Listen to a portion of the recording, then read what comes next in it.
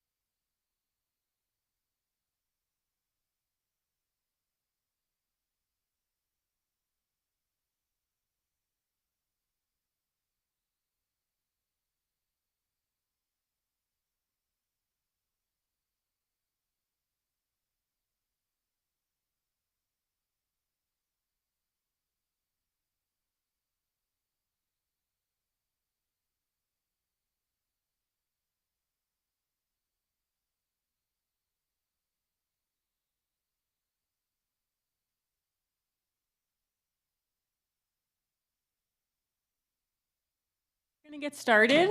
Hello and welcome to tonight's program. Yes, feel free. You won't see us that much from that side, so feel free to, it's not like church. You can sit in the front. You're not to sit in the cheap seats. Yes, exactly.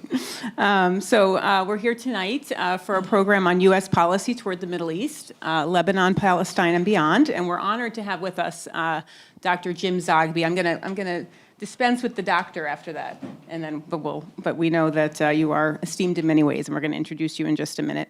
But first, I want to welcome you all for joining us tonight. We're glad to have students and faculty and staff and members of the Scranton community, and also to those who are joining us online. We have had a series of events over the last few semesters, and of course in many ways at the university, but especially to be able to talk about issues in the Middle East. So we're glad to be able to have this conversation tonight. I want to thank the different university organizations that made it possible. So the Political Science Department, Theology and Religious Studies, Peace and Justice Studies, Community Relations, the Ella Korea Initiative. Ensuring that our U.S. policies in the Middle East are just and foster justice and peace is very much a part of our Jesuit and Catholic mission. And so we're glad to be able to make a space for this conversation and to have someone with us who is steeped in the Jesuit tradition himself as a Lemoyne College graduate. Our event was timed, we were just one day late for Arab American Heritage Month, which takes place during April.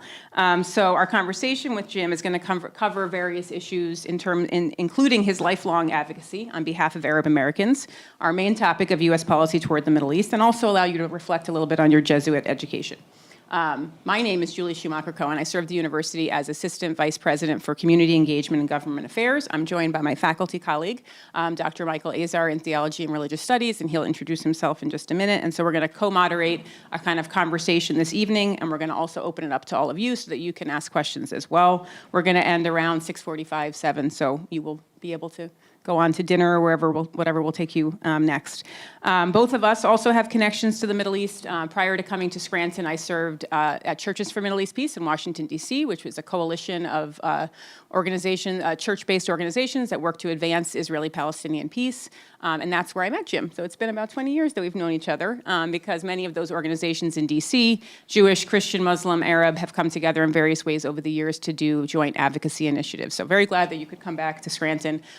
But Jim also has Hazleton ties, so it's not your first time in northeastern Pennsylvania. Just also a reminder that, again, the event is being live streamed and recorded. So I'm going to turn things over to Michael and let him introduce yourself and then introduce our speaker. Good evening. For those of you that don't know me, I'm Father Michael Azar. I teach in the Theology and Religious Studies Department here at the university. My research has been primarily in the Jewish and Christian worlds of antiquity, but more recently I have been drawn into a particular focus on the relations between Judaism and the Orthodox Church with a focus on the indigenous Christian population of the Holy Land. One of my great joys in the past few years at the university to that end has been teaching a class called Christianity in the Middle East, where I take students every January, aside from Januaries plagued by pandemics or military violence, to Jerusalem, where the Jerusalem area, to get to know the fading Christian population of the Middle East, ranging from their worship traditions to the military occupation under which they live, to the variety of breweries they have nonetheless chosen to found. Though Christians have for a long time been a tiny minority among the Arabic-speaking world, they have nonetheless had a disproportionate place in helping to shape and voice the concerns of their fellow Arabs on the world stage. And to that end, it is my pleasure tonight to introduce Dr. Jim Zogby. Dr. Zogby, or Jim from this point, co-founded the Arab... I want Dr. We'll do Dr. Jim in true Middle Eastern fashion. Exactly. Jim co-founded the Arab American Institute as the political and policy research arm of the Arab American community in 1985 and continues to serve as its president. He is director of Zogby Research Services, a firm that has conducted groundbreaking surveys across the Middle East. And over the decades, his work has supported a variety of Arab American organizations dedicated to advocacy and support on behalf of Arabs in both the diaspora and in the homeland. Dr. Zogby is featured frequently on national and international media as an expert of Middle East affairs. Since 1992, he has authored a weekly column called The Washington Watch, which is now currently published in 12 countries. In 2010, he published the highly acclaimed book, Arab Voices.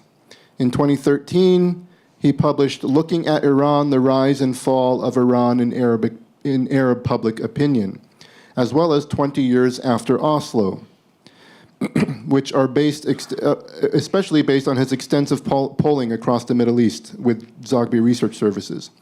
His most recent book is The Tumultuous Decade, Arab, Turkish, and Iranian Public Opinion, 2009 to 2019.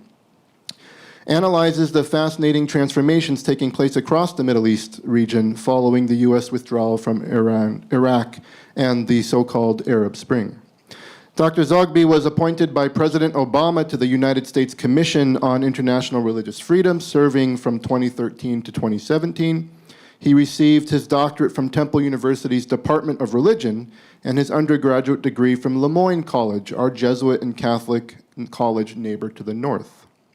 And if I can add on a more personal note, as a child of Lebanese immigrants, whose father, like many good Lebanese Americans, spent much of my childhood and still to this day making sure that I knew all of the major achievements of Lebanese Americans of all kinds, Jim Zogby feels like a name of a distant cousin whom I had yet to meet. So thus, I am very pleased to meet and speak with you this evening about your work. So I will start with a question about the institute that you founded. We introduced you as the president of the Arab American Institute. Tell us the story of that organization that you helped found and what its main priorities are today. Thank you, those of you who are here, those who are watching, and thank you, Michael and Julie. The story of the Institute is the story of my work. I started the Palestine Human Rights Campaign in the mid-'70s with a couple of colleagues because we were concerned that, for example, Jimmy Carter had a human rights policy. It was everywhere but Palestinian human rights.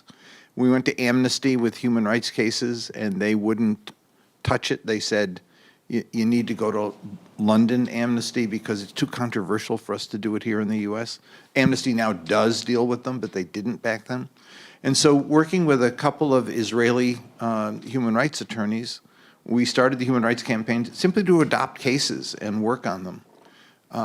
And I did that for 4 years, and we were quite successful in building a base with Arab Americans who supported us and who became very enthused with the work we were doing.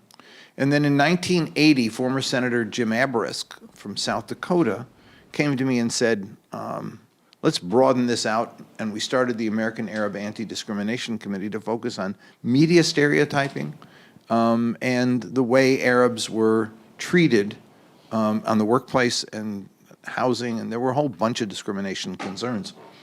In 1983, the end of '83, Jesse Jackson came to me and said, I want you to join my campaign. I'm running for president, and asked me to serve as a deputy campaign manager. And I said, Reverend, I've been organizing my community for the last 4 years. It's kind of hard to give it up. And he said to me, classic Jackson, he said, you're going to do more for your community in the next 4 months with me than you did in the last 4 years.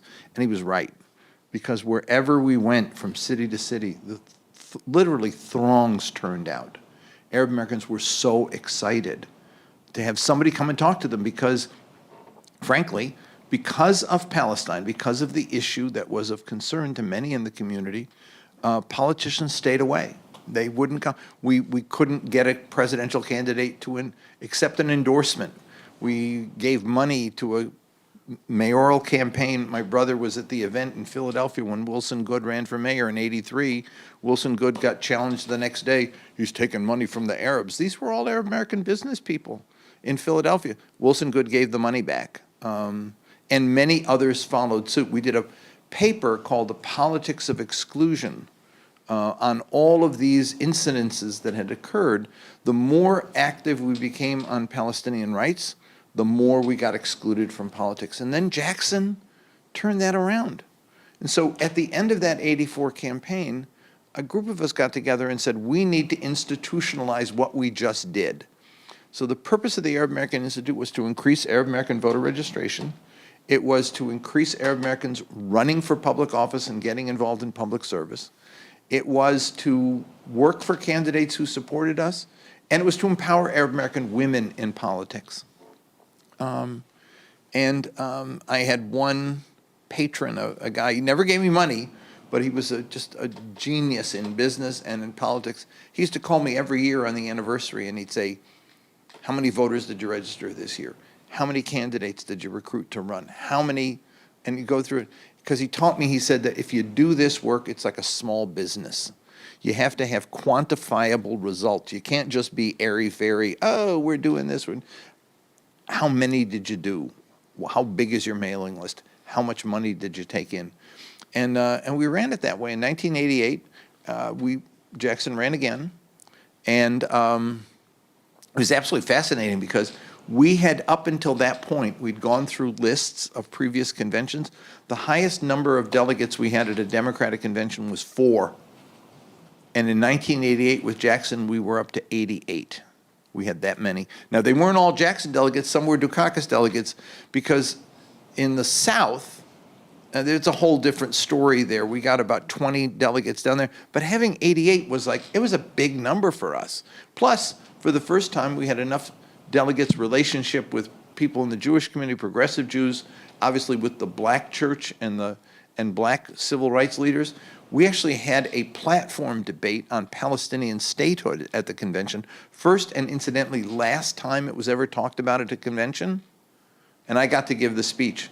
And after I put the platform plank before the speech, Chuck Schumer delivered the rebuttal and got booed off the stage because he broke the rule. The rule was that we would present the issue, but we wouldn't insult or say anything derogatory. He got up and the last speaker was the most disingenuous, the most dishonest, the most whatever. They booed. The chairman of the convention came out and stopped it and said, please let him go, and then said to Schumer, please cut it out. Schumer continued it again, got booed again, and came to me afterwards and he said, Zogby, you have no idea how much money you helped me raise last night. There was that kind of mindset. But that's what we had to deal with. We showed our muscle in '88 with the delegates we elected, with the vote we turned out. And it happened in communities around the country where we ended up going in Dearborn from 700 registered voters out of 19,000 people, where the mayor ran a campaign saying, what do we do about the Arab problem? They're ruining our darn good way of life. To today, the mayor of Dearborn's Arab, the city council is largely Arab, the state senator, the 2 state reps are Arab, and the member of Congress is Arab. And we did that with a community that just grew. Once the door opened, they went in. That's the very long story of how we started it and why we started it. And the point was that it was because there was not just a smear in Hollywood, but in politics. And that is still there today. I mean, being Arab American is still, it counts against you in some circles. And so people want to duck it, people want to hide it, people don't want to talk about the Middle East. We don't have a debate, an open debate on the Middle East, because people are afraid to do it. And I have to say, it rankles me a little bit when I hear that Jewish students are afraid to talk on campus, because the people who are really afraid to talk are the people who are of Arab descent. And I know from my own experience, and I know from experiences that people we hear all the time about the fear of speaking out and how you will be excluded in politics if you do. We ought to be able to have a reasoned discourse on this issue. It's critical that we have it, but it's still hard. So we're still working to knock those walls down so that we can actually have civil discussion on this question. Sorry. No, that's good. So we're going to go right into it then.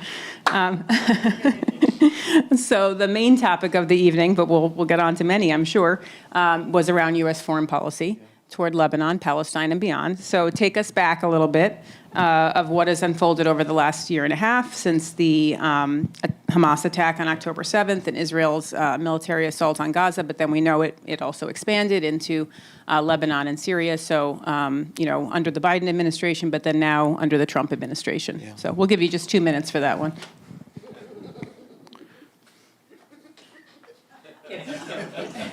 Look, there's no easy way to describe this. It's genocide. There's no other way to refer to it. And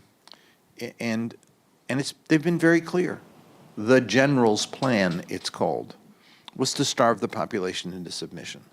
It was to forcibly evacuate them from large portions of Gaza, where they and demolish the infrastructure so they couldn't return. I know the definition of genocide, and it is what it is. We now have what is, I think, most troubling to me is that there have been an average over the last 6 weeks of 50 people killed every single day with bombings, and almost 500,000 re-evacuated to new areas. We did polling back in end of September. Most people, majority, had been forced to move their families 5 times or more. And the starvation issue is just seeing the pictures, talking to the doctors. It's devastating, and yet there is no reaction at all. No reaction from Congress, no reaction from the White House, and there wasn't during the Biden administration either. And it was And this goes back to all the work that I've done in terms of Palestine human rights and the Anti-Discrimination Committee, as well as the political empowerment. It happens because Palestinians are not seen as real people. They're an abstraction. It's Israel versus Israeli people versus the Arab problem or the Palestinian problem. How do you solve the problem so that people can be at peace? I mean, look, I care about the hostages. It's troubling that families were separated this way, that people were killed, that people were held for this long a period of time under those conditions. But it's 52,000 people known dead. It's thousands of kids now suffering malnutrition, that it will be permanent in terms of, I mean, what we're not dealing with right now, what's going to be the long-term impact of what's happening to these kids a generation from now? There are 3,000 Palestinian children who've lost limbs. Where do they go? What do they do? Doctors I've spoken with, they have a term that they use for victims without family. These are little kids who have lost limbs and who've lost all their families. They have nothing. Where do they go? And we're not just talking about rebuilding infrastructure and housing. We're talking about an entire society that has been devastated. You know, it's one thing to lose your home in a fire or a bombing or something like that, but what do you do when you're an 11-year-old kid and in your neighborhood you knew how to walk to school? You know, we have a professor of mine in anthropology at University of Pennsylvania, Anthony Wallace, used to describe the maze ways that where everything gets organized in your head. You know, this is how I walk to my aunt's house. This is how I walk to the store. This is where the mosque is. This is where my friends live. That's all gone. Everything is gone. What happens? What happens to that kid 10 years from now, 20 years from now? And it's an entire culture that has been erased in that way. We know in psychology the trauma of moving, it's a trauma. It's the trauma of losing a family member, the trauma of losing a job. When all of it happens at once to an entire culture, what does that do? And yet, there simply isn't a recognition of that. I mean, yes, hostages, yes. But the tears of the families of the hostages cannot drown out the cries of these people. They are simply ignored. I write a tweet about this and somebody says, well, how are you going to get the hostages free? Well, you're not going to get them free by murdering 52,000 people. That's not the way. But because they're not seen as human beings, that's what, and the problem in conflict, and I learned this in Jesuit education, is that everybody is a victim in a war. It's humans fighting humans. It's humans killing, it's humans making sadness for other humans. And until we can see that both sides have to be understood, recognized, and reconciled, then we go nowhere. And that's where we are. And it's much the same in Syria or Lebanon. I mean, and that is happening on a regular basis in Lebanon. And because we started a project in '83 called Save Lebanon. We brought wounded kids over from Lebanon for medical treatment, and Palestinian and Lebanese kids. And one little girl we brought over then, her family, she's there. She has a daughter, husband. In Lebanon, they've been forced to move 4 times. The previous 3 houses were all bombed. And she's struggling. But she doesn't know where, you know, she can't leave. They can't leave. But there's no attention paid to this. And they thought a ceasefire and they thought it was all going to be done, but they still live in fear every single day. And when one side operates with impunity, which is how it works, meaning, I describe it as spoiled child versus abused child. Spoiled child knows I can do whatever the hell I want. They're not going to do anything about it anyway. The abused child says, doesn't matter what I do, I'm going to get beaten, so why not act out? And unfortunately, Arabs are in the position of feeling, why not act out? Because nobody's going to do anything for me if I'm good. I'm sorry. I go a bit afield in this because I find it deeply troubling. I find it troubling. I know the people, I know the region well, and when that pain is not felt at all, not even thought about. When Donald Trump said he was going to build a resort on the beach, I've been to Gaza many times. It's gorgeous. Except for the fact that Israel bombed the sanitation system, and so the parking garage for it was going to be a business center and a resort for people coming from the West Bank, from the Arab world, to do business in Gaza. It never took off because the Israelis were not going to guarantee the import of materials and visas for people coming in and out. So this dream it was a Palestinian dream to make Gaza a resort. That got killed, and so now it's going to be an American dream? Not quite. Doesn't work that way. So with a look toward the future, maybe, perhaps, what prospects for progress do you see or would you like to see for constructive political or diplomatic solutions for the region between in Palestine, Israel, Gaza specifically? Look, two things are happening that give me hope. One is here. We just did a new poll. We've always seen, not always, but for the last, maybe 12, 15 years, a huge Democrat-Republican split. Like the way the split was on gay marriage, 2/3 in favor, Democrat, 1/3 opposed for Republicans, 1/3 in favor, 2/3 opposed. The split was real. In terms of Palestinian humanity, Democrats are more favorably inclined toward Palestinians than they are toward Israelis. Democrats are far more inclined to support a Palestinian state than Republicans, et cetera. The poll we just did, and the reason why for Democrats is because of the demographics of the Democratic Party. Young people in particular, Black, Asian, Latino, more educated. I mean, it's a fascinating look at where the contours of the coalition that come together, and Jews. Progressive Jews have been so important in this awakening. Back in the '88, with the Jackson campaign, we had 88 delegates, Arab American.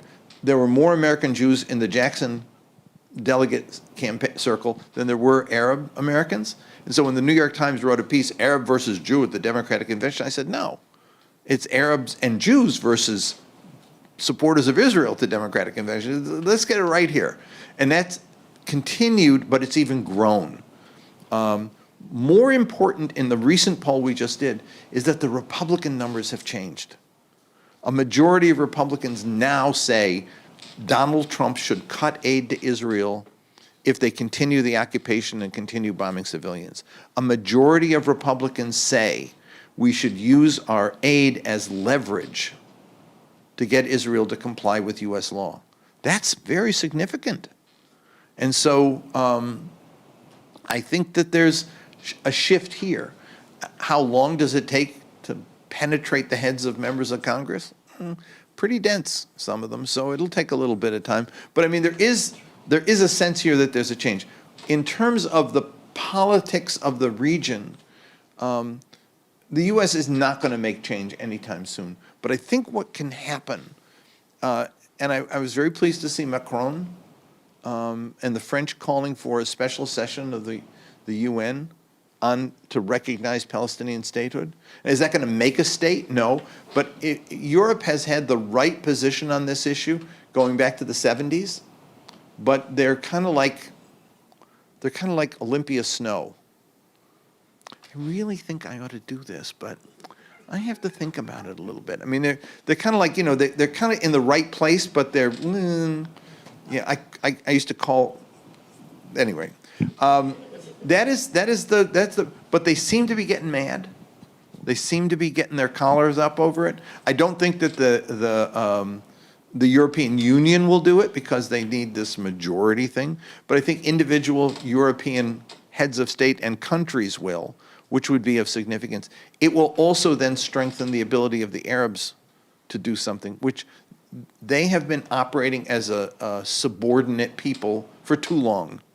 Well, we can't do this because it's going to make the U.S. mad. We don't want to make the U.S. mad. I mean, Trump is going over to Saudi Arabia to do business deals. Saudi just signed 2 big business deals with China. It's kind of in your face, buddy.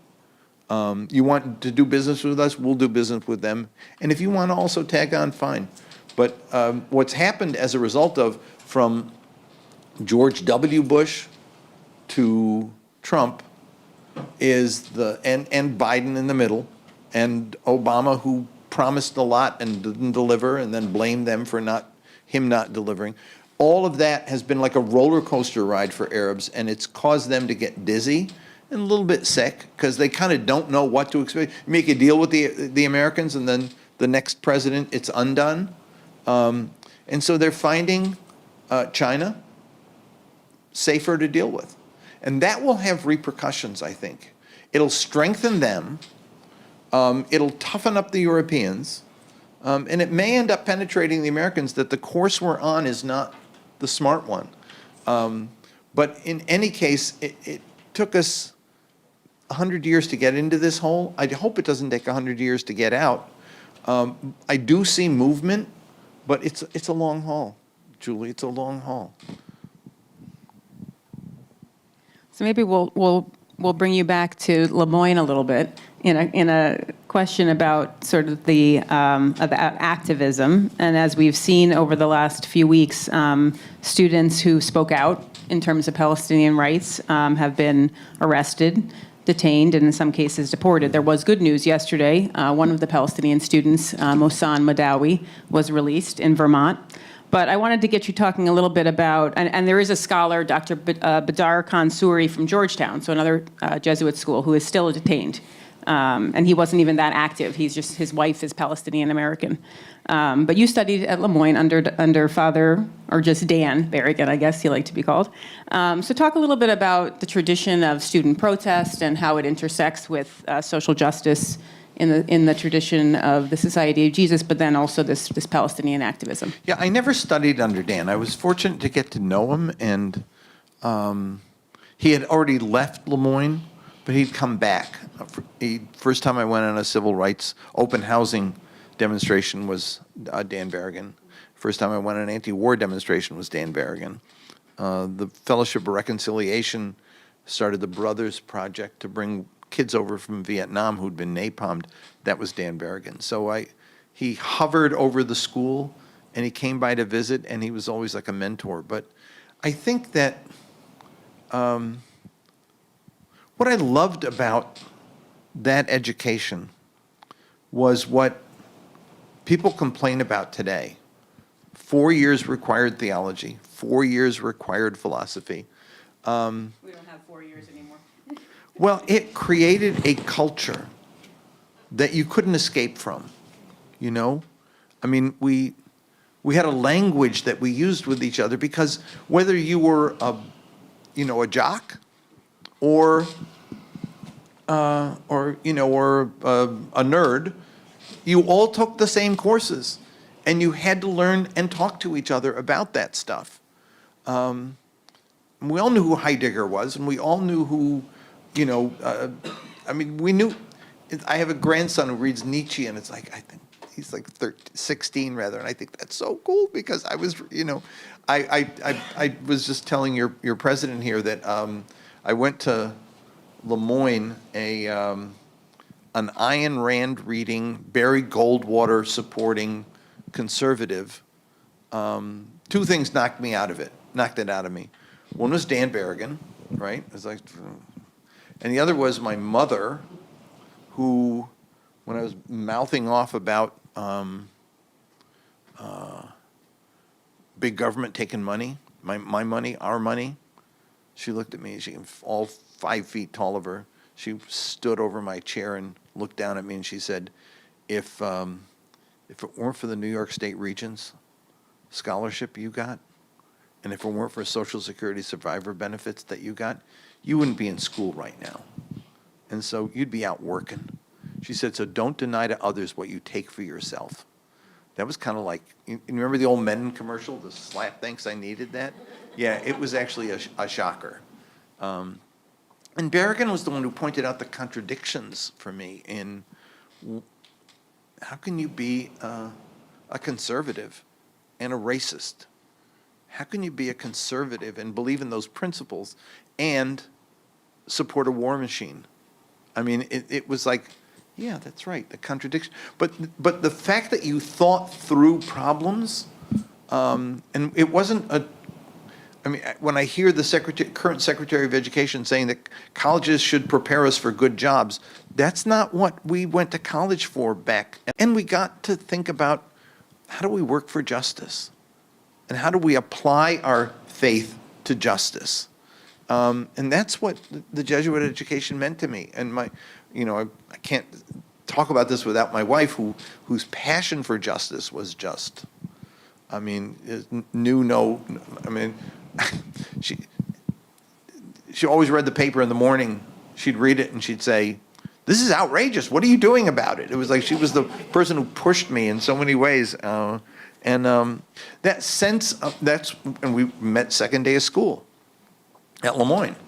And that sense of, that passion for, it was so fascinating, Julie, that when I went to one of my reunions, we had so many different kids from so many different backgrounds who hung together and didn't hang together. Went to one of the reunions, and what we found like 20 years later was that there really were so few differences among us. We actually all ended up in kind of the same place. We went through the war in Vietnam. We went through the civil rights period. We went through all the traumas of the 70s and 80s, and here we were talking the same language and looking at the world in very similar ways. And so, that education was so formative and transformative in ways that I will never be able to repay the college and its people for what it did for me. So if I can ask about some of your advocacy work in the Arab American Institute here within the United States, how has it affected, or is it often affected by the relationship between Arab Muslims and Arab Christians? The Arab Christian identity, if you're approaching from the outside, so to speak, is often eclipsed, is often caught up in a more anti-Islamic mentality that tends to affect anti-Arab or anti-Palestinian. At Lemoyne in our senior year in the yearbook, there's a picture of the Arab Club. There was no Arab Club. It was the cool thing to get our picture there. But it was interesting because this was back in the 60s, and our parents had been immigrants in the 20s. That generation, and then after that, there was like a 30-year almost freeze where there were no immigrants coming from the Middle East because it was just, we got excluded, part of the Asian exclusion. And so it was kind of, we grew up with a culture, but it was within our homes. Then I get to college and I look at this kid on the other side of the room. I say, hey, he looks like me. His name's, I think, again. So we sort of discovered each other in that way. And what was important was the culture. What was important was the heritage. What was important was the sense of attachment to a part of the world that we knew about, didn't know enough about, but there was a familiarity that we had. And so that was the initial sort of spark that created this identity. I remember seeing Alex Haley's Roots, and the role that I chaired the ethnic council in the Democratic Party, Irish, Italian, Polish, Greek, whatever, Arab, whatever. And so many of the folks my age talked about Alex Haley's Roots because what happened during the Depression, World War II, McCarthy era, et cetera, was people, we went through Leave It to Beaver world, and Father Knows Best, and it was like, we were like, you weren't supposed to have a heritage and culture that made you different. We were supposed to all be the same. And then roots comes, and I'm watching it, and I'm saying, wait, I got a story. I got roots. I knew my dad's story. I knew my family. I knew what the house looked like in Lebanon. And I found that others went through it was like sort of a collective experience. The Poles went through it, the Hungarians went through it, and we went through it.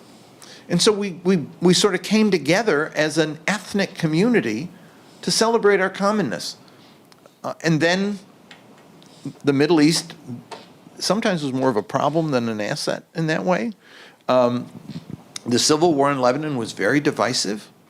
But I'd be damned if I was going to let that, and there were some who did, who faction with this group or with that group.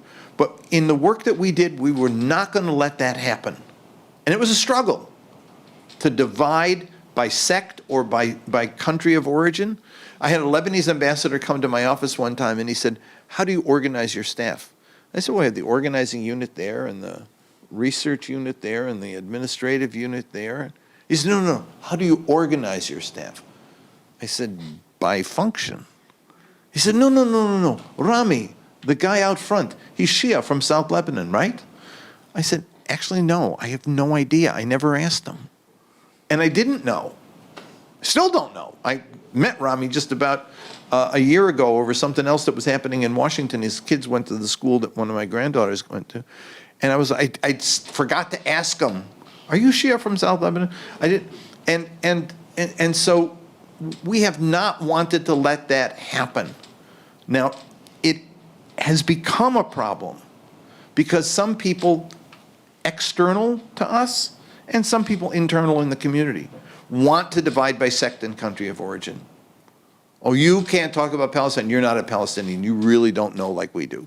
Bullshit. I mean, frankly, pardon my French here. I wish I knew the French word for that. I could use it all the time. Frankly, that has never been the issue. This is not a what do you call it, an existential issue. And it's the same thing. I went to a movie. We were asked by the Motion Picture Academy to preview a movie. And I was talking about it because it involved Arab terrorists in Brooklyn. And I knew that community really well. And some guy comes, afterwards, I was talking about it. And some guy comes and elbows me out of the way and says, you can't talk about it. You're not a Muslim. You don't understand. Well, number one, this guy was some white guy who converted to Islam. I know Brooklyn. I know that Arab community. I know the surveillance that they lived with and the fear that they lived with. Don't tell me I can't talk about it. But this issue of playing the sectarian game is disruptive, very disruptive, and I refuse to do it on the Christian side. I refuse to do it on the Muslim side. I refuse to do it on the country of origin side. We are building an ethnic community that is not dependent upon the purity of this versus the whatever of that. And and what I've discovered in the Ethnic Council is that's not unusual for any ethnic community. You should watch the Ukrainians on the Eastern versus Western.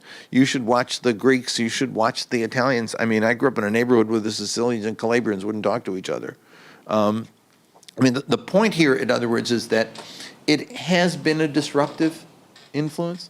We've had, like I said, those external.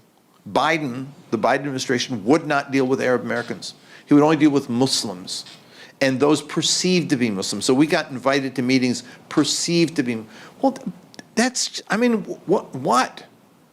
So we'd go to a meeting on Gaza, and there were like 13 people invited, and 2 of them were of Arab descent, and everybody else was like, including a Jewish woman who worked for a Muslim group. I mean, that was disrespectful to a community that had a fight to get in the door, is now being told that, well, we'll decide who represents you. And so, I find it a continuing challenge. But like I said, it's not just us. It's every ethnic community has to go through the problem of re-establishing the contours of who they are and not allowing others to define them and not allowing those in the community to create the divisions or separations that will segment people off. We have Arab American Heritage Month. We fought hard to get it. We're proud of it. We're proud of the fact that we have people that rose to stardom in Hollywood, in fashion design, in sports, in politics, in all kinds of areas. And we want to elevate that, partly because it's important to humanize the picture of who we are, partly because it's important for our kids.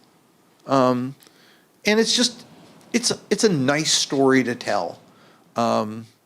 So 2 years ago, the ACLU had a HIMSA month. I was like, I called the guy up and I said, what is this?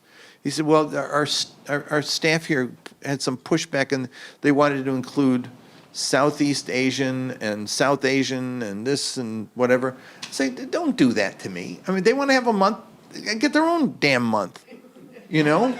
Each of them can have their own month if they want to have a month. We got our month, leave us alone.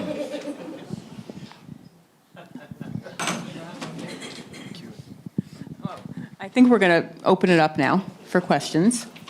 So we will have a mic, and we'll keep a mic. So you can. We've covered a lot of issues. We did talk about the Middle East, but we also talked about your work with Arab American advocacy, Lemoyne, and Jesuit education. So you can ask whatever you'd like to in terms of, or any question I'm sure you're willing to take. So yes. Thank you, Jim. Wait. A point. My name is Charles Orlowski, and I live in Scranton. And a point that the lady made, I think, was very important regarding the persecution of students, university students, to the point of being expelled. Mm-hmm. And this is such a critical dimension where the freedom of thought is being persecuted right in a university. Yeah. And what's more, the media control, the Zionist control of the media doesn't even publicize the crimes against freedom of speech in the universities. And I'm talking about one of the most important universities in the United States, and that's Columbia, where I believe a president was forced to resign for thought. Yeah. Listen, just a couple observations here. I didn't mean to give that question short shrift. I find it deeply concerning what is happening on campuses after what occurred in the first year with the encampments. During that summer, I wrote about this. A number of colleges and universities, hundreds of them actually, brought in security consultants. And there was a kind of an authoritarian takeover in colleges around the country, where faculty handbooks got thrown out, student handbooks got thrown out. What had been the judicial process that usually involved faculty, student, and some administrator now became administrative run. And that's one of Trump's demands on universities, is that the president or the provost run the judicial process. Students are out. There was a takeover of this, and it was largely the result of fear. It was fear that federal funds would be cut, fear that some donors would leave. And it reminds me of a story I remember when I was in graduate school and we had a problem with the administration over something. Paul Goodman, who had written on education back in the 60s, Growing Up Absurd was one of his books. He had a story that he would tell about wise men who were approached by some students a couple millennia ago, saying, we want to learn from you. And the wise men said, sure. So the students sat with the wise men and learned, and pretty soon there were more wise men because of the teaching that they had done, and there were more students coming. And it finally got so complicated that the wise men got together and hired a clerk to decide and help them keep track of what students they were there and what courses they were offering, et cetera. And Goodman says, and the problem today is that the clerks are running it. they decide who can be students and who can be teachers and what they can teach. And that's now become even worse. I mean, the fact that I know faculty members who've had to submit not just curricula, but books they're reading and material that they're submitting, et cetera, to be reviewed for content that might get the university in trouble. That is frightening. And a lot of it has to do with the Republicans in Congress who created this fear. I mean, Elise Stefanik and the way she operated, bullying these faculty, and Virginia Fox. And that in the middle of this whole thing at Columbia, that Mike Johnson goes to Columbia and demands that they crack down, and they do crack down, which only exacerbated the situation, is we're off to the races here. For me, the model was Dartmouth, which actually brought together the Judaic Studies Department and the Middle East Studies Department, and they actually had forums that they sponsored. I mean, everything I hear about what's happening, I say, the university should thrive on dissent and should find ways to actually channel dissent into learning. When I got invited to speak at Dickinson down south here, and the provost sent me a note saying that parents are concerned that their children will be uncomfortable.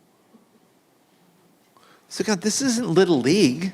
It's like where everybody gets a trophy afterwards. It's like you're supposed to be uncomfortable. That's how you learn. Daniel Berrigan made me very uncomfortable. And thank God he did, because I was an ass. And to infantilize your kids in that way is ridiculous. Well, I felt so uncomfortable because they were saying things. Yeah, well, guess what? The world is an uncomfortable place. Deal with it, buddy.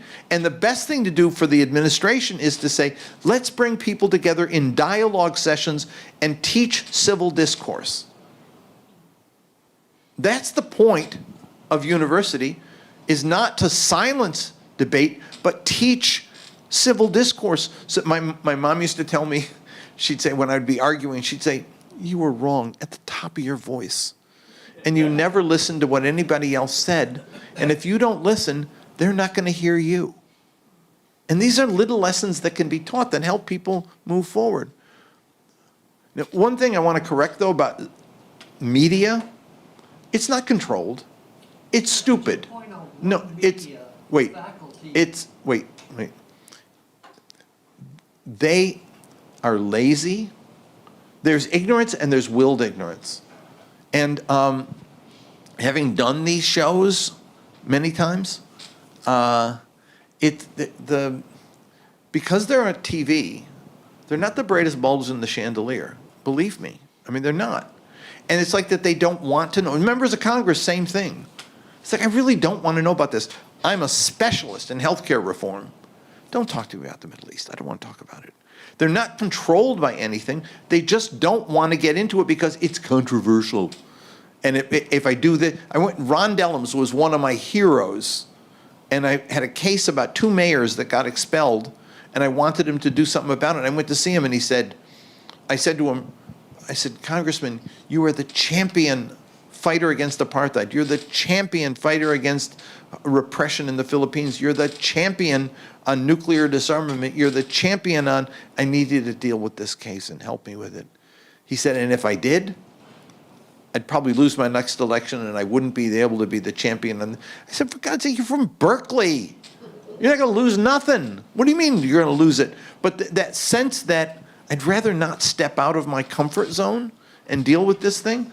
And I think what's interesting about what's happening right now and why the repression is occurring is because the fear isn't there. What Mohsen said, I'm not afraid of you. They see that. And that has caused them to panic. I mean, groups like the ADL and groups like those who want to silence debate, when you can't silence the debate, you need to become more repressive to take measures in that way. And that's kind of what's happening here, is that this is not a sign of us losing. It's actually a sign of them literally scared. about the fact that when they look at the numbers, and they know the numbers like I do, they know that 70% of Democrats feel this way. How do you deal with it? You deal with it by trying to silence it, by threatening or intimidating people out of it. The best thing to do would be for them to think, how do we resolve this? How do we work to make this better? That would require an element of wisdom that's not present right now. But yeah, I mean, this is a manageable problem if we thought about and worked together to deal with it. But the fear factor is the willed ignorance factor. I just don't want to know about it because I'm afraid.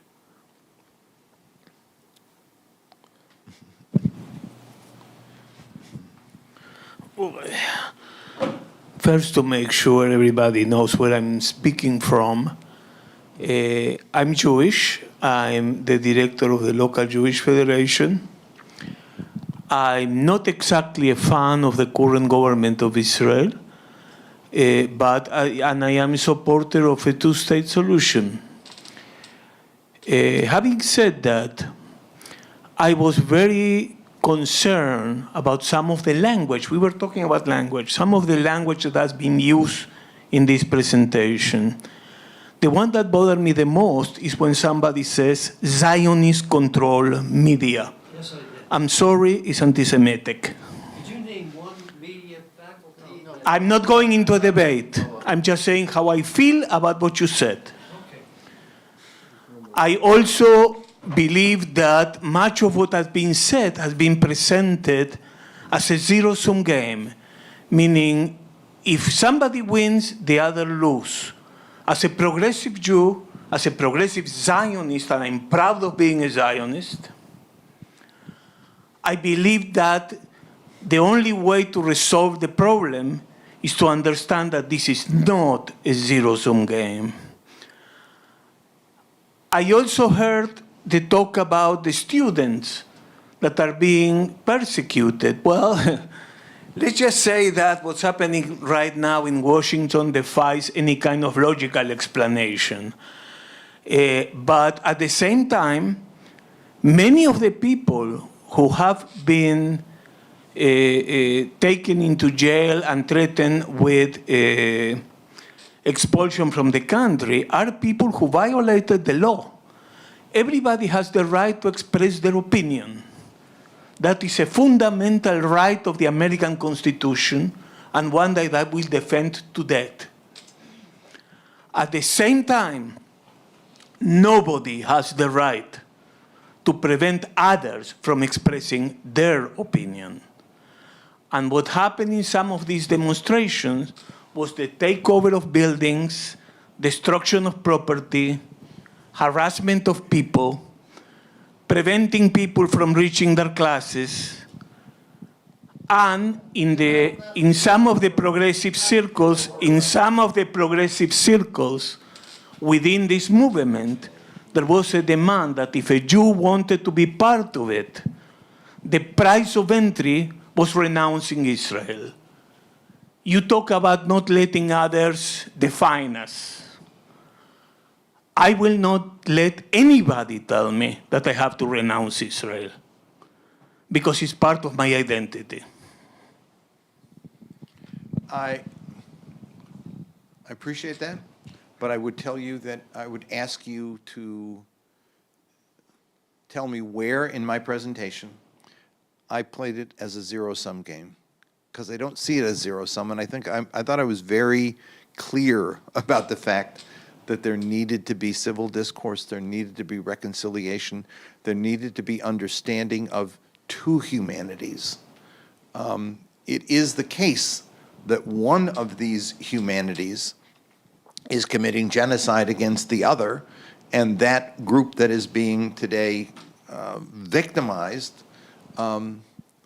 doesn't get the recognition of their suffering, of their victimhood here in our government circles.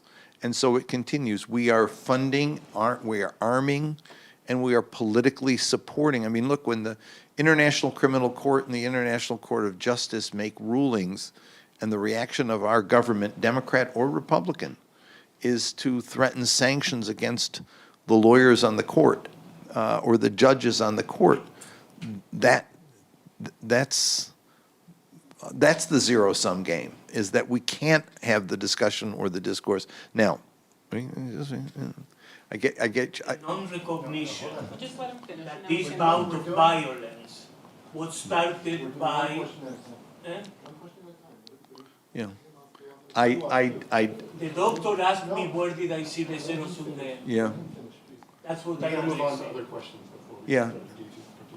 This is a conversation we can have, and I'd like you to, I'm going to give you my email address. You write me, I will write you back, I promise you. Okay, number one. Number two, I think it is,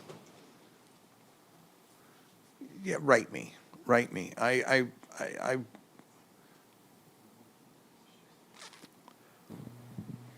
It is not zero sum. It has never been zero sum. But the approach that we take in policy and in politics here is zero sum. We see one humanity, we deny the other. We see one victimhood, we deny the other.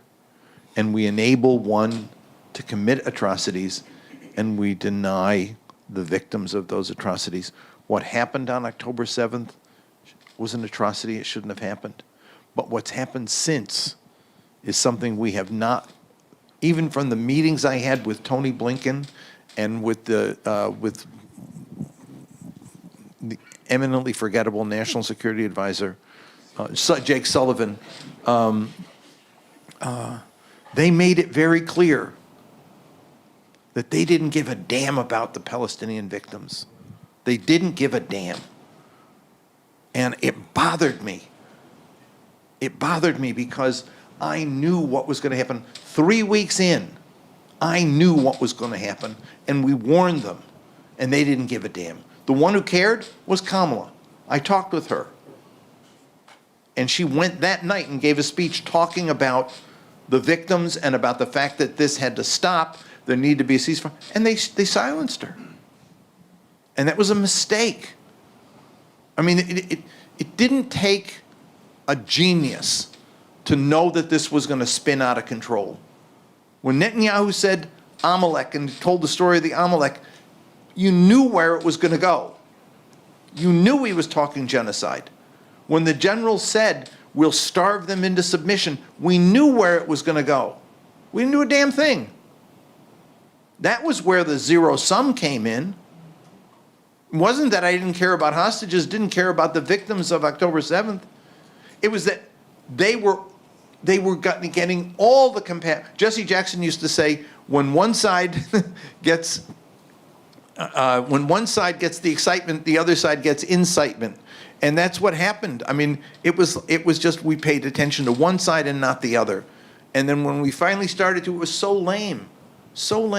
And yet we continued to supply the weapons, continued to provide the diplomatic cover, continued to veto resolutions at the UN, continued to threaten the courts that were taking action, and we stepped up attacks on the campuses so that the reaction on the campuses, look, I was in the anti-war movement. We took over the administration building. But the administrations then dealt with it respectfully. And Colombia handled it miserably. And Eric Adams did too. And violence begets violence. The encampments were not violent until the police raided the campus. That's when it started. For God's sake, remember that. That's what made it happen the way it happened. Anyway, sorry, yes. There are so many questions that we would like I'm going to give you my to- email address and you write me. I'll start with, or make a point because of the points that you just made here. We feel very frustrated right now because we understand the Holocaust was horrific. We understand that what happened on October 7th was horrific, but we also understand that there is a difference between anti-Semitism and questioning what Israel is doing, the government in Israel is doing. And what is happening to the Palestinians is unacceptable. And I think one day we will be saying, how were we complicit? How were we silent all that time? I was a history teacher in the Poconos, and I just retired recently. And I feel, I used to teach the Palestinian-Israeli conflict.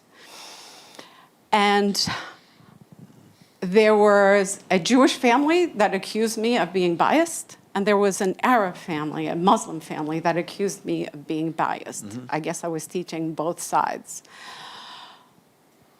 But I keep thinking how horrible to be teaching right now, because I would be afraid, extra afraid of teaching that subject. Because we're afraid. I was born in Portugal, and right now, if I were not a citizen, I would be afraid of attending this meeting. Mm-hmm. And I would be afraid of posting almost anything on social media that shows that I'm not blatantly one-sided. And there's only one side that we can voice, and that's the Jewish side. And it's incredibly frustrating. My last question, the Arab world, sorry I'm taking so long.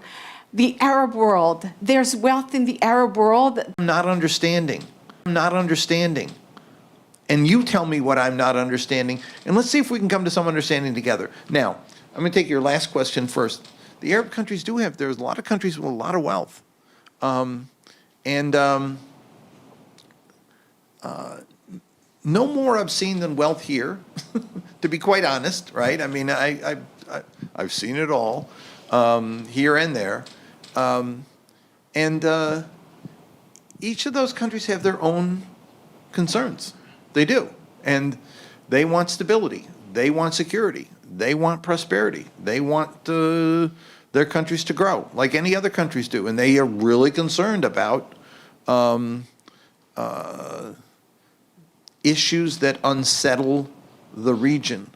I love the fact that, you know, I'd have conversations with people and they say, we need to bomb Iran, and the Arabs want us to, and I'd say, I don't think so, because I know them, and they're like right across the water.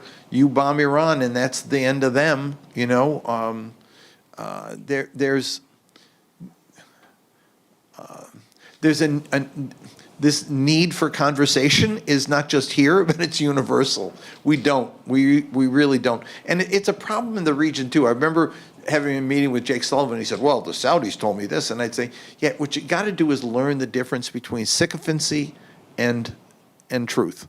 When you are the superpower and you are making demands, people will tell you what you want to hear, because that's the easiest path for them to take. They're not going to sit down with you and tell you what the Chinese will tell you, because they don't give a damn if you agree or not. They're not going to do what a country that's equal to you will do. They feel themselves subordinate. One of the things that bothers me is that the Arabs continue to feel themselves subordinate. And I think collectively they don't have to operate as subordinate. I don't think the Europeans need to operate as a subordinate entity. I think the Europeans and the Arabs can function as a front unto themselves and make demands, because they have the capacity to do it. But instead, we got a guy here who makes all the demands, and then everybody, sort of, stock market goes up one day, down one day, up one day, down one day, and he's playing it like a yo-yo, and he thinks it's pretty cool. He does an interview with a network, and the guy asks some tough questions, and he says, what are you asking me tough questions for? You got the chance of a lifetime to interview me, behave yourself. I mean, that's the mindset, but that's the mindset of our government as well. If the Europeans and the Arabs, or each of them separately or collectively, said, guess what, we're not playing anymore. We're not playing. This is what we're doing. It would be a very different situation, but the sense of impunity that you get when nobody challenges you enables you to do whatever you want and to continue to make this. And if people continue to be afraid of you, then what they'll do is they just simply do what they can to get along, because they want stability. They want security. They want prosperity. And they're not willing to take the risk of challenging you because the outcome is too uncertain. So I hope that that's helpful. But yeah, I know all those countries. I know them well. And I have a book, Arab Voices. You might want to look at it. I used to talk about, the book was about myths we have about Arabs, and then answers, and I'd say at the end of it, I'd say, but there's one myth that's true. I'm Lebanese, and I sell things, so buy my book. So, yeah, sorry. So thank you for, was that like really loud? All right. Thank you first for touching on like how uncomfortable people are with stating their political opinions, because I think particularly on this campus, this is such an annoying thing for all of us. Like this is such an aggravating thing. Like I feel quite frequently that I'm in the company of people who flat out don't have political opinions.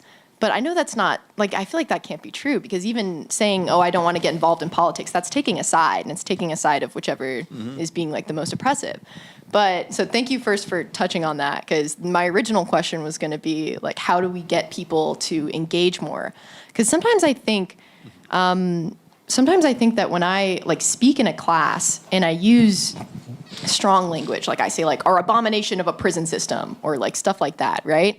I think sometimes it scares people off from stating their adverse political opinions, like genuinely, or else they just don't exist. And this is very tragic to me, because it is nice to have. Tell me what you really think. Literally, like, don't just sit there with like the blank face of, I'm nervous. But my now question, which like just came to me, because like a couple years ago, I was wondering if, and this might be like somewhat of an ignorant question, I was wondering if this is a case of racism. Like if the Israeli oppression of Palestinians is a case of racism. Because it seems like the side that always takes the white oppressor's side, the Republicans. Look, when the defense minister calls Palestinians human animals, and Netanyahu says, I'm not going to call them that because I have more respect for animals than that, that sounds a little racist to me. But to go beyond just the language of racism, not racism, what's really at the root of it is the failure to see the humanity of Palestinians, their equal humanity. And that's where the problem is. And that manifests itself in the policies that get pursued. It manifests itself in the extent to which we ignore the suffering that they endure, that we don't see it, feel it. I wrote a piece one time about there was a 3-month-old Israeli baby got killed by a Palestinian. And the Washington Post did 3 days coverage, 2 of them on the front page with pictures. They delayed the funeral, the burial of the baby, and it became a huge issue of national mourning. In the midst of all of that, an Israeli sniper shot a 3-day-old Palestinian baby in Gaza. It was the 7th sentence in an AP blurb in the Post on page 13, the Around the World thing. No mention of the name, no interview with the family. The Israeli one, that was the family talk, whatever. And that I remember one time during the 81, Israel and PLO got into a cross-border clash. First day, 1 Israeli got killed, 3 went to the hospital. I turned on the news, CBS was there, and the lights were whatever, the ambulances and this whatever, and they were talking to people, and they were explaining how concerned they were and how upset they were and how troubling it was and everything. That night, Israel bombed the Fakhani neighborhood in Beirut, and 383 people got killed in the bombing of the whole apartment building came down. Turned on the news the next night. They were still in Israel doing it. They reported on it, but it was 2 days later that the crew that was in Beirut filmed the street scene where the bombing took place. So I actually got to know the people because I did some writing on this story. Actually, my writing got picked up. TV Guide ended up doing a big research piece on it, and it was a cover story in TV Guide. I was really happy that this is when at the Anti-Discrimination Committee. And I asked the cameraman, why did you do the street scene? And they said, well, we got there that night that the bombing occurred, but there was so much smoke and so much people crying and running around that we couldn't see the building, so we waited till the next day so you could see the amount of destruction. I said, oh, so in Israel the story was the victims, and in Beirut the story was the building, right? There was no sense that there were real people here. I mean, instead of interviewing, as they did in Israel, the families and the people crying and the fear and the whatever, which is real, and you had a right to tell that story, but there was no story about that there. And that's still with Gaza, and it's still with the West Bank, it's still with Lebanon. Where's the stories about the real people? Hostages, yes, but there are 9,000 prisoners that Israel is holding. About 6,000 of them are administrative detainees. No charges, no due process, no ability to have themselves, they don't even know why they're being held in many cases, and they're being treated deplorably, as we've seen in reports by Israeli human rights groups. They're being tortured, and it became an issue in the Knesset because there was rape of male victims of prisoners. And the Israeli Knesset exploded over this issue and decided not to touch it at the end. They didn't deal with it. People abuse people. But when only one story of abuse gets reported and the other story of abuse gets ignored, that's racism, because they don't matter. They're not real. We're not going to make a movie of them telling their story. And you can't solve the problem unless you know that both people have victimhood. We have, as far as I know, 3 more questions. Two. Okay, I'll come to you. Okay. I just want to ask a very brief kind of follow-up to the last discussions, and hopefully we can keep them very brief. Maybe take them all at the same time. Why don't we do it that way? The last Okay. questions. So I'm going to throw in mine. Your advocacy work here, I'm wondering, whether in the history of your institute or you personally, what kind of relationship you've had, given racism, a relationship with people fighting anti-Semitism in this country, which is indeed a real problem. I'm wondering, you personally or as on behalf of the institute, and can you state your question very briefly? Yeah, you've been dealing with media and Congress, government employees for a long time. What is the level of racism, anti-Arab, anti-Muslim feeling in the Congress and our media?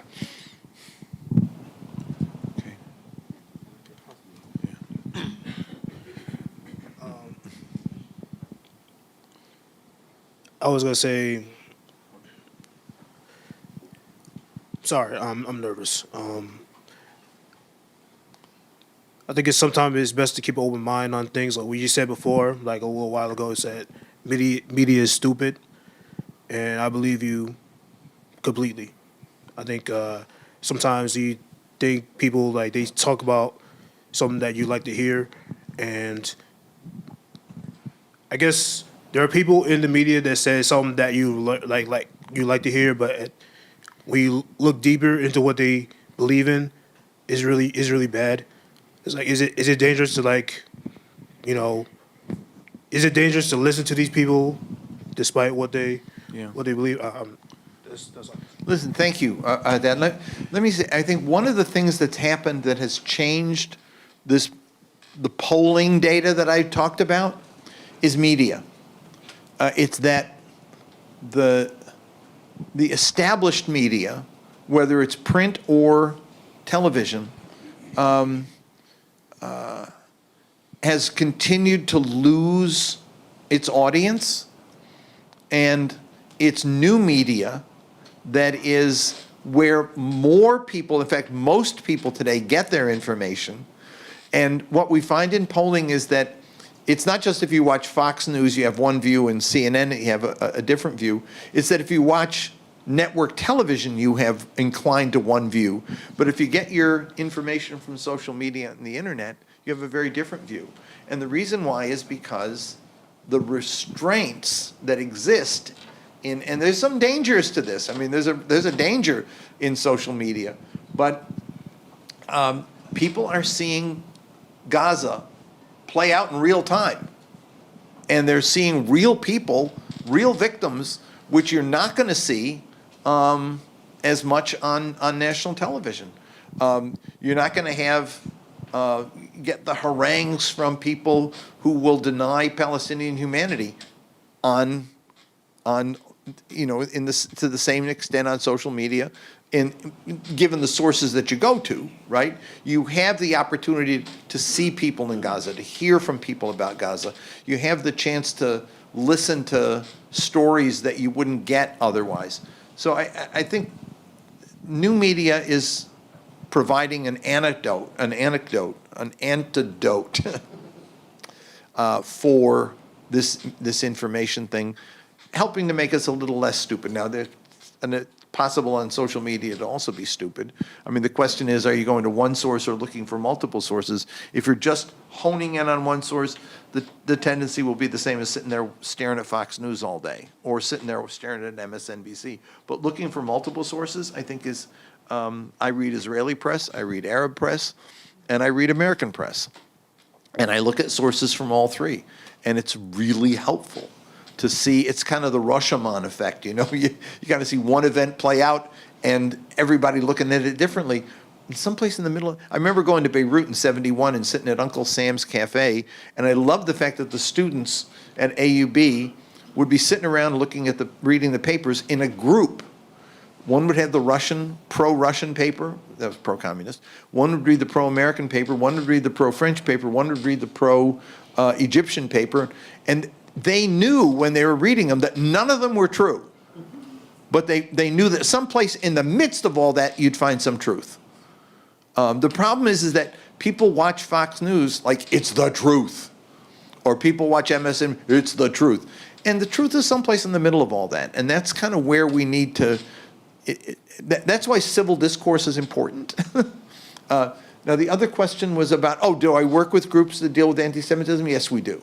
Yes, we do. In fact, the co-chair, the chair of the executive director of my institute, Maya Berry, some of you may have seen her on, she became a bit of a media sensation after a congressional hearing she was at when Senator Kennedy, a buffoon from Louisiana, said, "You deserve to have a bag on your head," or something like that. I don't even remember that. It was just kind of awful. And she behaved so gracefully and so thoughtfully in response. She's the co-chair of the Hate Crimes Task Force of the Leadership Conference on Civil Rights, and just is in Boston today on a panel on anti-Semitism and anti-Arab racism, et cetera. So we do a lot of collective work on these issues, and we're right now preparing a poll with a Jewish organization, because we've done these before, polling Jewish groups, polling Jewish Americans and Arab Americans on a common set of issues to understand how we view each other and how we view problems that we're facing collectively. I can talk loud enough. Okay. It's on. Hi, I'm Marianne Wilkins, and I'm a proud Arab American, 100%. And Wilkins, I know the family. No, it's Hannah. My maiden name was Hannah, and there's lots of them, and Azar also. And we're probably cousins. We're all cousins. I have a lot of questions, and thank you for addressing so many of them, and I felt so good and so heard. Thank you. Thank you. One of the questions that I wanted to address was, everyone tends to think that this all happened October 7th, and in isolation, and then everything, no one thinks about what happened in the past and all the things that had occurred in the last 70 years. And you talked about the two-state solution. I never saw it that way. They were oppressed. They were denied many of their rights. So when people say we look forward to having a two-state solution, what does that mean? Because what I saw in the past and for the last 70 years was no two-state solution. Denied food, water, rights, access to certain roads, denied any basic human right. So when people start speaking, I'm for this two-state solution, I haven't seen any of that. And I think it's just words, and I'm angry. I'm very angry, and I'm disgusted by what's happening in our country. You know what I call it? I call it the two-state absolution. Because I remember in the 2016 presidential contest, I think it was 2016, there were all these candidates lined, no, 2016. Democrats. Amy Klobuchar, Buttigieg, that was 16, right? 20? Okay, that's right, it was before I keep wiping COVID, anyway. So they were all, the New York Times did an interview with each of them around a number of questions. And one of the questions the New York Times asked was, if Israel continues to violate Palestinian human rights, should we use US aid as a leverage? And they published the interviews, but they also did the videos of the interviews. And do you read the comic strips? You read Big Nate? Okay, Big Nate, I knew you'd like Big Nate. Big Nate he'd get a pop quiz. And the look on his face when he gets the question from the teacher is like, oh God, now I'm dead, you know? And so the question with Amy Klobuchar, all of them did the same thing. It's like, well, would you use US assistance to Israel if they continue to violate Palestinian human rights? And they looked like, well, I support the two-state solution. It's not an answer to anything, but it was kind of like, oh, good, that'll get me out of it. I don't have to answer the question now because I've just said that. So I started calling it the two-state absolution. It was like, now I don't have to go anywhere, do it, you know. It's that kind of fear, and it's that kind of, you know, a way out of dealing with the fear. Yeah. Now she had a question, one last, that I forgot to get. Did I answer your question? I think you did. You in the back? Yeah. Yeah? Okay, fine. I'm done. Now, my email. My assistant is watching this right now, and she's going to be hating me for doing it. It's JZOGBY,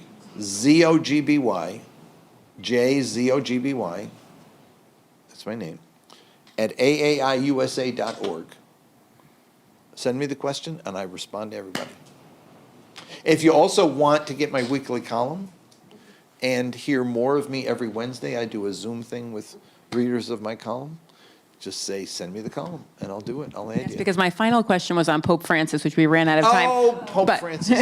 Yes, I did an article Okay, on Pope Francis because I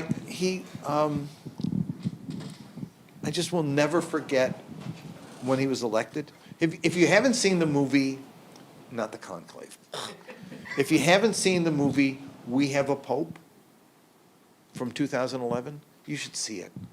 Because that's how, I mean, it was like, he didn't want to be Pope, but he was Pope. And the humility and decency and sense of the lack of imperiousness and the way he approached it was so, it was, I mean, look, remember the church was in a huge, the pedophile stories had just begun to explode in a serious way. And we were in trouble as a community. And in addition to that, as I wrote about in my article, the sociology of the Catholic Church in America had also, we'd gone from living in ethnic neighborhoods, each with its own church, the Lebanese church and the Irish church and the Polish church and the Italian churches, whatever like that, to all of a sudden living in the suburbs, being integrated, and not even caring anymore whether your spouse. In 1950, there was a Gallup poll. It said, would you be bothered if your child married someone from another religion? Majority said absolutely. By 2000, they didn't care anymore. Now the question was, they didn't want their children to marry somebody from another party. When I got married in 1968, Irish Catholic, my wife, Lebanese Catholic, me, the day of the wedding, my mother-in-law saying, are you sure he's Catholic? because it was a mixed marriage. That doesn't matter anymore. I got a son married to a Muslim, a daughter married to a Jew, a son married to a Methodist, and a daughter married to a Baptist, and my 5th child is gay, and her wife is a convert to Judaism. And I was like, we call that America? That's what we do here. And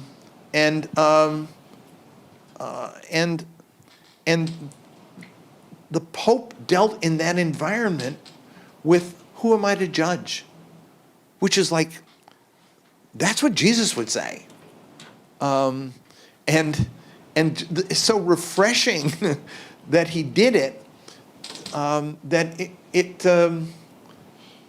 his positions aside, the humility and the decency was what made him so consequential. And there are those who want to go backward.